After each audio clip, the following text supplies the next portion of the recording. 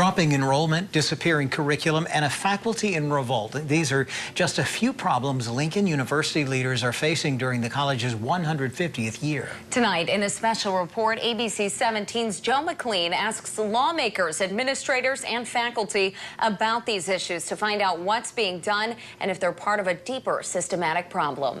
Lincoln University only graduates a quarter of its students, according to federal statistics. That's the second smallest graduation percentage of Missouri's public four-year colleges. Lincoln also saw a 7% drop in enrollment this semester. These numbers, along with significant internal conflict, has ABC 17 News asking leaders if the historic university is on the right track. 1866 to 2016, Lincoln University has been a fixture of Missouri higher education for a century and a half. 3 weeks ago, the historically black university held a monumental homecoming celebration honoring the longevity of its education and service to the state of Missouri and African American community. In its 150th year, however, Lincoln's enrollment is shrinking by the semester, most recently a 7% drop in the fall of 2016. This decrease followed a summer in which the college battled mold problems at one of the residence halls. Several students had to be relocated, and some say they suffered respiratory problems. But this year also saw the end of 2 degree programs and 2 sports programs. Associate of Applied Science in Early Childhood Education and the Bachelor of Music Education and emphasis in sacred music were both cut, along with the tennis and baseball programs. Lincoln University President Dr. Kevin Rome says the cuts were simply made because of low participation. We have to make some difficult decisions, and we can't not make those decisions because everyone doesn't agree with it. And Dr. Rome says the lower enrollment number isn't a concern for university leadership. He says it's not a reflection of poor programs, but instead high standards.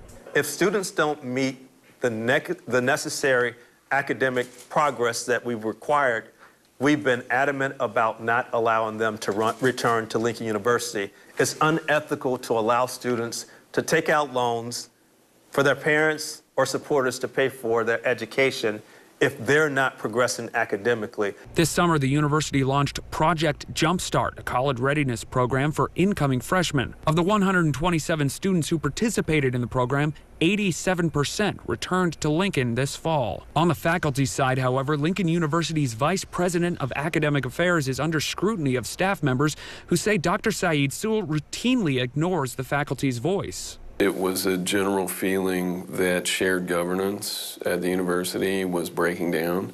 A statement by the Faculty Senate submitted to the President's office said of Dr. Sewell, quote, "He has not responded in any substantive way to the concerns expressed by our members. We do not expect any improvement from the current VPAA."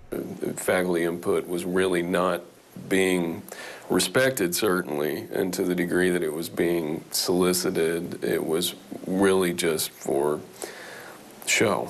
In a letter responding to the faculty's concerns, Dr. Sewell said, quote, "It is important to note that even after seeking input from various groups, that I, as Vice President of Academic Affairs, have the sole discretion to make decisions in the best interest of the university." So shared governance means that everyone has input, but you also have certain people who are hired to make decisions. Nevertheless, the faculty voted no confidence in the Vice President of Academic Affairs, 88 to 18. This has turned into an extraordinarily negative environment in terms of faculty morale. Those morale issues came in the midst of multiple court battles. In May, the Missouri Court of Appeals ruled in favor of Kenneth Ferguson, a former Lincoln employee of 35 years who claimed the university fired him because of his age. And this is just one of several discrimination lawsuits filed against Lincoln University. We've currently had lawsuits by an African individual, an African American individual,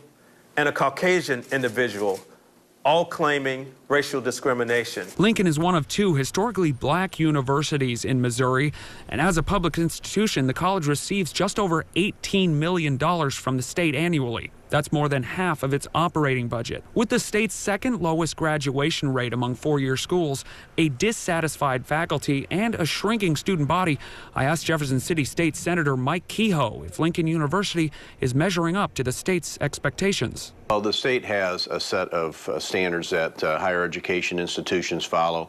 Lincoln has done as well as many of the colleges in the area. There's always some room for fine tuning.